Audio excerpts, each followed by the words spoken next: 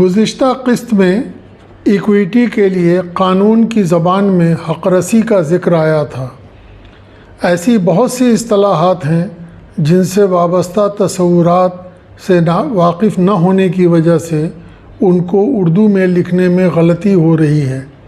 مثلاً قانون کی دو اصطلاحات ہیں، کیپٹل پنشمنٹ اور کیپٹل سینٹنس۔ اردو اخبارات میں عام طور سے دونوں کے لیے سزائے موت لکھا ہوا ملتا ہے۔ یہ غلطی ان دونوں اصطلاحات میں پنہا تصورات سے واقف نہیں ہونے کی وجہ سے ہوتی ہے۔ مثلاً عدالت سے کسی مقدمے میں موت کی سزا سنائی جاتی ہے، مگر اس کے پاس قوت نافذہ نہیں ہے کہ وہ از خود کسی کو موت کی سزا دے دے۔ یہ اختیار منتظمہ کے پاس ہے، جو عدالت کے حکم کو نافذ کرنے کے لیے کسی کو پھانسی یا کسی اور مقررہ طریقے سے موت کی سزا دیتی ہے۔ اس لیے عدالت جو موت کی سزا سناتی ہے یا اس کا حکم دیتی ہے، اس کو کیپٹل سینٹنس کہا جاتا ہے۔ اس کو حکم سزائے موت لکھنا چاہیے۔ منتظمہ کے ذریعے اس عدالتی حکم پر جو عمل کیا جاتا ہے وہ کیپٹل پنشمنٹ ہے، یعنی سزائے موت ہے۔ اس طرح ان میں سے ایک سزا ہے اور دوسرا اس کا حکم ہے جو موجودہ نظام عدل میں عدالت جاری کرتی ہے۔ دراصل کیپٹل ایک ہشت پہلو لفظ ہے جو متعدد معنوں میں استعمال ہوتا ہے۔ اس کے استعمال میں بہت احتیاط کی ضرورت ہے۔ اگر آپ اپنے اصطلاحات.com کے سائٹ پر جا کر لفظ کیپٹل ٹائپ کریں گے اور اسے ترجمے کا حکم دیں گے تو اس سے بننے والی 150 اصطلاحات اسکرین پر نمودار ہو جائیں گی۔ اسی طرح کھیتی سے متعلق انگریزی کی 3 اصطلاحات ایک دوسرے سے تعلق رکھتی ہیں، مگر ان سے وابستہ اور ان سب کا محل استعمال الگ الگ ہے۔ کلٹیویشن، ایگریکلچر اور فارمنگ، اردو میں ان کے لیے بلا امتیاز کھیتی، کاشتکاری، زراعت وغیرہ استعمال کیا جاتا ہے۔ نباتیات کے علاوہ علم زراعت میں ان کی الگ الگ تعریف موجود ہے۔ انگریزی میں خاص طور سے علم زراعت سے متعلق تحریروں میں ان اصطلاحات کو الگ الگ معنوں میں استعمال کرنے کا چلن بھی ہے۔ اردو میں بھی ان کے الگ الگ معنی متعین کرنے کی کوشش کی گئی ہے، مگر بے راہ روی عام ہے۔ چنانچہ ان میں سے کسی بھی اصطلاح کا استعمال کہیں بھی لاپرواہی سے کیا جاتا ہے۔ صورت یہ ہے کہ مثلاً جب کلٹیویشن کہا جاتا ہے تو اس سے مراد محض کھیتی ہے، لیکن جب ایگریکلچر کہا جاتا ہے تو اس میں کھیتی کے علاوہ جانور پالنا، چارہ، بھوسا، جلاون، باغات سے متعلق دیہی معیشت کے بہت سے کام شامل ہوتے ہیں۔ انسانی تہذیب نے انہی زراعتی سرگرمیوں کے سہارے ترقی کی بہت سی منزلیں سر کی ہیں، محض کھیتی کے سہارے نہیں۔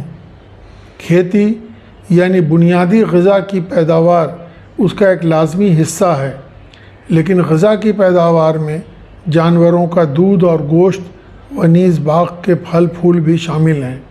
اسی وجہ سے ایگریکلچر کے لیے زراعت کی اصطلاح مروج رہی ہے۔ زراعت کا یہی کام جب منظم طریقے سے کیا جانے لگا، جس میں زائد پیداوار کا ذخیرہ محفوظ کرنے، جانوروں، پودوں اور درختوں کی افزائش نسل وغیرہ کا کام بہتر طریقے سے ہونے لگا تو اسے فارمنگ کا نام دیا گیا۔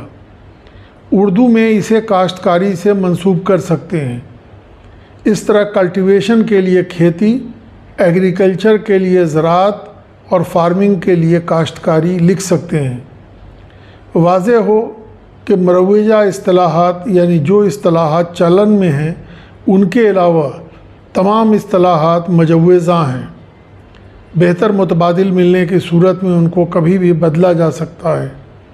اصطلاحات.com میں بھی ان کا اندراج اسی اصول کے تحت کیا گیا ہے۔ جب الفاظ کی طرح اصطلاحات کے بعض اوقات ایک سے زیادہ معنی اور محل استعمال کا ذکر نکل آیا ہے تو کچھ اور مثالوں پر غور کر لیتے ہیں۔ مثلاً انٹرٹینمنٹ بمعنی تفریح بھی مشتمل ہے اور تواضع کے لیے بھی استعمال کیا جاتا ہے۔ اب اگر لکھا ہو He was deputed to entertain the visiting dignitary of the neighboring country، تو اس کا مطلب یہ نہیں کہ اسے غیر ملکی مہمان کو تفریح کرانے کے لیے مقرر کیا گیا ہے، بلکہ اس سے مراد ہے کہ اسے غیر ملکی مہمان کی تواضع کے لیے متعین کیا گیا ہے۔ اس بات پر اس لیے زور دیا جا رہا ہے کہ اخبار میں ایسی غلطی دیکھنے کو ملی ہے۔ اسی طرح انڈر گراؤنڈ حسب ضرورت بمعنی زیر زمین بھی استعمال ہو سکتا ہے اور بمعنی روپوشی بھی۔ مثلاً انڈر گراؤنڈ کیبل یا انڈر گراؤنڈ ٹرین کے لیے روپوشی کا استعمال نامعقول ہی نہیں مضحکہ خیز ہوگا، اس لیے کہ یہاں زیر زمین کا محل ہے۔ مگر کسی سیاسی شخصیت کے انڈر گراؤنڈ ہونے کے لیے روپوشی مستعمل رہا ہے اور یہ فلاں صاحب زیر زمین ہو گئے لکھنے سے بہتر ہے۔ ان سب کے لیے اصطلاحات کے مختلف نوع استعمال سے واقفیت ضروری ہے۔ ایک اور مثال دیکھیے، انگریزی میں نیسٹنگ کا مطلب ہے گھونسلہ بنانا۔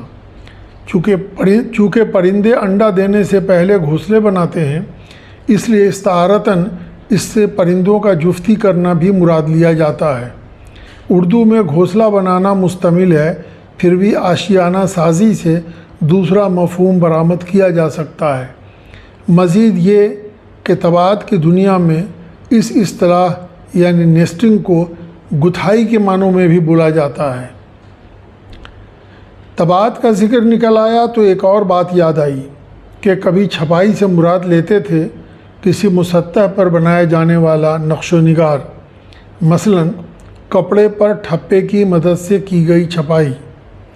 جب اس میں مشین کا عمل دخل ہوا تو اس سے مراد لینے لگے کسی تحریر یا تصویر کی کاغذ پر مشینی باز پیداواری، جو دستی نقل نویسی کے مقابلے میں نہ صرف تیز رفتار تھی بلکہ مطبوعہ ہر نسخہ ایک جیسا ہوتا تھا۔ اس حد تک یکسانیت اور معیار بندی دستی نقل نویسی میں ناممکن تھی۔ پھر فلم کی آمد کے بعد سیلولائٹ پر کی جانے والی پرنٹنگ یعنی چھپائی بھی اسی ذیل میں آ گئی۔ اب تو سارا منظر ہی بدل گیا ہے۔ اب چھپائی یا طباعت نے بہت سے ان اعمال کو اپنے دامن میں سمیٹ لیا ہے جن کا تصور پہلے نہیں تھا۔ کہنے کا مطلب یہ ہے کہ الفاظ اور اصطلاحات بھی حالات کے تابع ہوتے ہیں۔ حالات کے بدلنے پر لب و لہجہ، مفہوم اور محل استعمال میں بھی تبدیلی آتی ہے۔ اس لیے اصطلاح سازی ایک مسلسل عمل ہے، یہ کوئی آج کی بات نہیں ہے۔ تاریخ ایسے اعمال سے بھری پڑی ہے۔ آپ ایک عام اصطلاح زمیندار یا زمینداری پر غور کریں گے تو پائیں گے کہ اکبر کے عہد سے ایسٹ انڈیا کمپنی کے ذریعے 1793 میں کیے گئے استمراری بندوبست یعنی پرماننٹ سیٹلمنٹ تک اس ایک اصطلاح نے کتنے روپ بدلے ہیں۔ استمراری بندوبست کے بعد خود زمین کی ملکیت کا تصور بدل گیا۔ کچھ یہی حال ابواب یعنی باب کی جمع کا ہے، جس کا استعمال محکمہ مالگزاری میں بہت ہوتا تھا، مگر یہ سب بہت تفصیل طلب ہے، اس لیے